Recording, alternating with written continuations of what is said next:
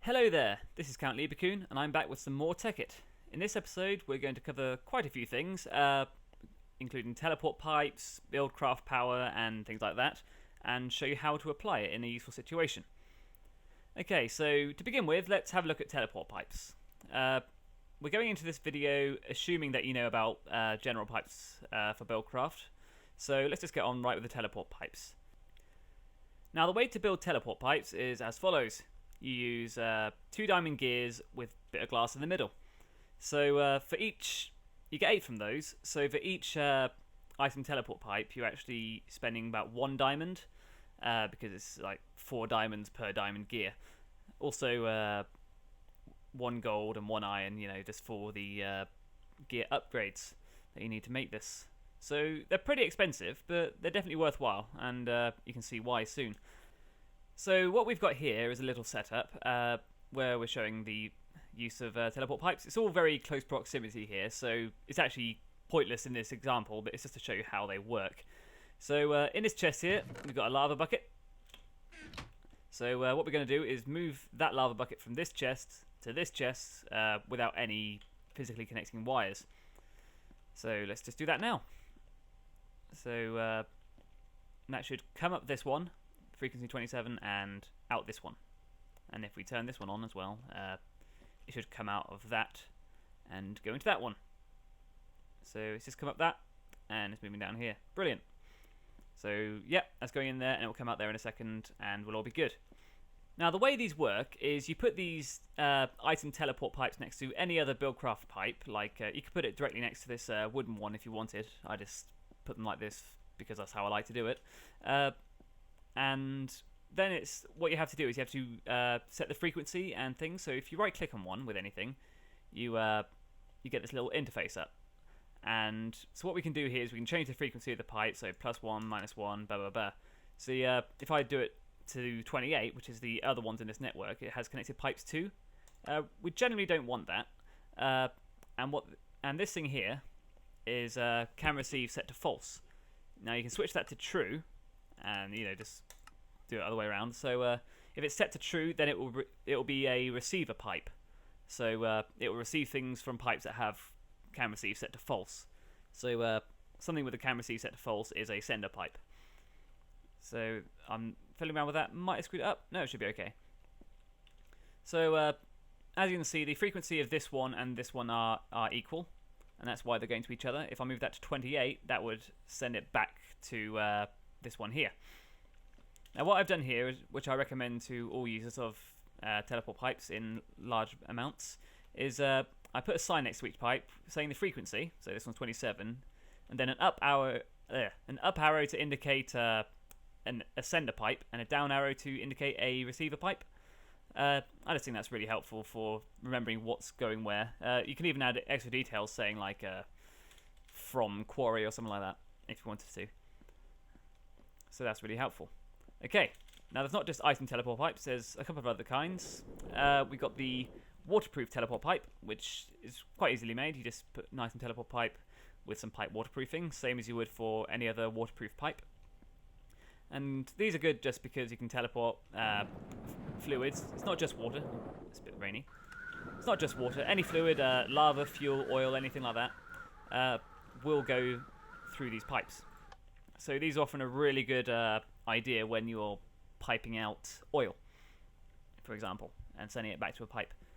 This is just to demonstrate that water goes from this thing out that pipe and into this one. And there we go. Still sending some out from that because this redstone engine was piped a little bit of water right at the last second before it depowered. Because on this one, I've just got them all running from the same hookup. It's just an inverter behind one of them. So yeah, that's pretty much just those. And there are power teleport pipes, which are item teleport pipe with redstone. So the same way you do a regular conductive pipe, except for teleporters. And that's about it for teleport pipes, really. So let's move on to the next thing. Here we go. Bada bada bing. We've got the types of engines. Now, this is BuildCraft power.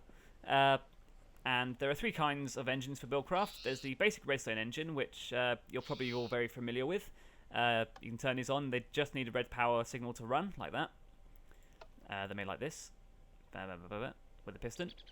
And they produce a little bit of power, and they're mainly actually used just for piping things out of wooden pipes, as you can see over there. Like there and there.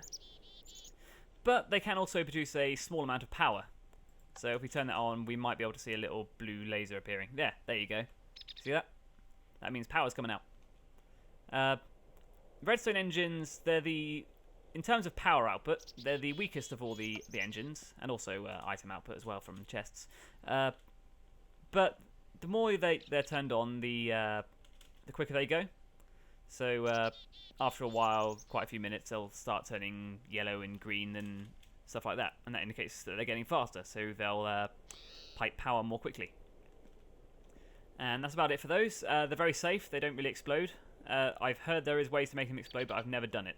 I think it's when you... hang on, let's show it off. When you get a redstone engine, and you do... Oh, where is it? Redstone engine... I'm blind, there we go. And we'll get a wrench as well. Stone wrench. BuildCraft wrench. So if you put this here, for example, that will pipe into that. So, yeah. I think if you have enough of these in a chain, although they will power each other up and make the one at the end of the chain stronger, it does cause them to blow up if you do it too much. Normally, if there's something else that a redstone engine can go to, so if there's another redstone engine, for example, you can use these stone wrenches to change the orientation of the redstone engine, if that's a problem for you. It tends to happen when you have lots of redstone engines in a line, but doing different things. So that's redstone engines. The next one, the next most powerful, is the steam engine. It's built like that. It's pretty much the same, except you have stone at the top and stone gears instead of wood. Now these are more powerful than redstone engines, but they do need a fuel. They use the basic fuels that any furnace can run, so coal, charcoal, lava buckets, and it will also do things like saplings as well, and sticks. Anything that works in a furnace will work in this. Think of it as a furnace that produces BuildCraft power. Now this obviously won't run, but if we get a little sapling, let's just bring a stack of saplings, put them in, just show that it works. Bam, we're getting power, and we can see that blue laser. Now if this thing was actually going somewhere, you would see the laser going across the whole way, but that's not the case. It's not actually connected to anything, it's just a pointless teleport pipe there. Now the third one is the combustion engine. These are the most expensive of all of them. They're iron ingots, iron gears, pretty much the same build except iron. Now these are a bit different. You have this interface here where things go into here, which is like fuels. And on the right hand side you have water, which is a coolant, because combustion engines are the most prone to explosion. And it's quite devastating if that happens. So what we've got here is a little setup. We've already got water being piped into here. As a little aside, if you're piping water into combustion engines or anything where you need an infinite water source, make a pool like this. Say one shallow 3x3 with each one as a still water source. So, just use lots of buckets, make a still water source. And if you put the BuildCraft pump in the corner, even if you're pumping with 4 redstone engines, as this has been doing for a while, as you can see from the fact it's going yellow and red, it will never run dry. It has to be in the corner though. So if you do it like this, then you'll never run out of water, and you'll have a very well supplied combustion engine. Now, combustion engines can accept 3 fuels: lava, oil, and fuel. Lava is the most inefficient fuel, and fuel is the most efficient, with oil being in the middle. The only way you can get fuel is by refining oil. Now also, the more efficient the fuel is, so fuel for example being the most efficient, the more heat it requires or produces, so you need more water. So if you're constantly running from a fuel source, for example, then the water from one set of pumps might not be enough, so you might need more pumping into the combustion engine. And you'd also want to monitor it as well, just to be sure. So if we do this, then, pump that in, water goes into the combustion engine from this tank. no problem. I've also got this little setup here. It's a little iron pipe connecting all of them, so I can just choose what fuel source to use. Let's put in some oil. So it should come down, if I've done this right. Here we go. So that should start filling up with oil in a second. You can also put lava buckets in here, or buckets of any kind of fuel, buckets of lava, buckets of oil, something like that, and it will just plop it straight into that. By doing that, it means you can actually pipe buckets of fuel from a chest, for example, into the side of this combustion engine as an alternative to using fuel stored in tanks like this. I wouldn't recommend that on the whole, though. Now, this should be filling. Let's turn it on. It's not quite going in. I think it's because I was testing this out earlier, and I put another fuel, probably lava, or actually it was fuel, I think, into it, and it's still running off of that, so it's waiting to use that last bit of fuel before it'll accept the oil. But yeah, that's producing blue, and as you can see, it's a very consistent stream of blue, which is pulsing and getting fat, as you can quite a lot. So you can see there's quite a difference between this redstone, which is a very faint blue blip. Generally, combustion engines are a very risky business. They're very expensive, well, reasonably expensive, and quite hard to use safely. Let's make it day again. But they're good. I actually find steam engines very good for a lot of things. About 3 of these around a quarry, each packed with 64 coal, for example, will make the quarry run pretty damn fast. And they're quite cheap, as long as you've got lots of coal, though. But it's definitely worth... Oh, hello, Russ. It's my cat. Yeah, so normally about 3 of these around a quarry is probably the safest and most efficient way to power a quarry and keep it going. But there is a better way, and it requires the use of power teleport pipes and conductive pipes in general. So as you can see, we've got these connected to conductive pipes. The 3 types of pipe here, there's only 3. Wooden conductive, which is redstone above a wooden transport. Stone conductive, redstone above a stone one. And redstone above gold one, gold conductive. There aren't cobblestone conductive pipes. Oh, it's dripping on me. So it's impossible to have power pipes running in parallel because they're all next to each other like that. They can all connect to each other. So that's one problem with using these. But it's generally not too much of a problem unless space is really tight. There's a difference between gold and stone. It's a bit like industrial craft power. The amount of power loss per block travelled is higher in a stone conductive pipe considerably than a gold conductive pipe. So although we've got stone conductive pipes set up here, I would almost never recommend using them unless you just needed to have like 1 block of power travel, which is quite rare. You've got to bite the bullet a bit with these things, but it's worth the price.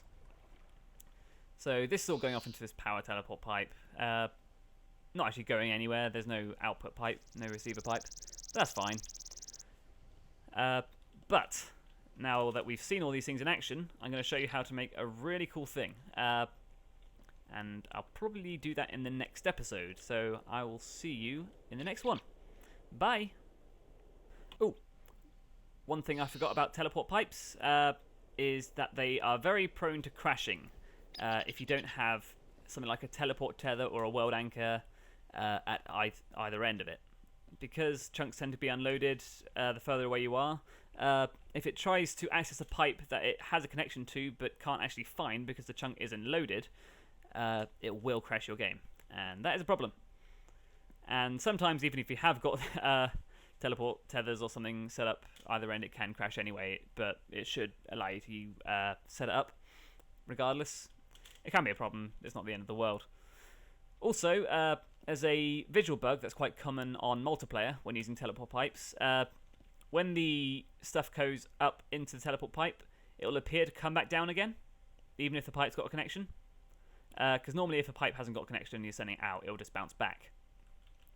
But in server multiplayer, it will actually bounce back anyway visually, but you will get the item received at the other end anyway. So keep an eye out for that. It's quite common. Yeah, that's it.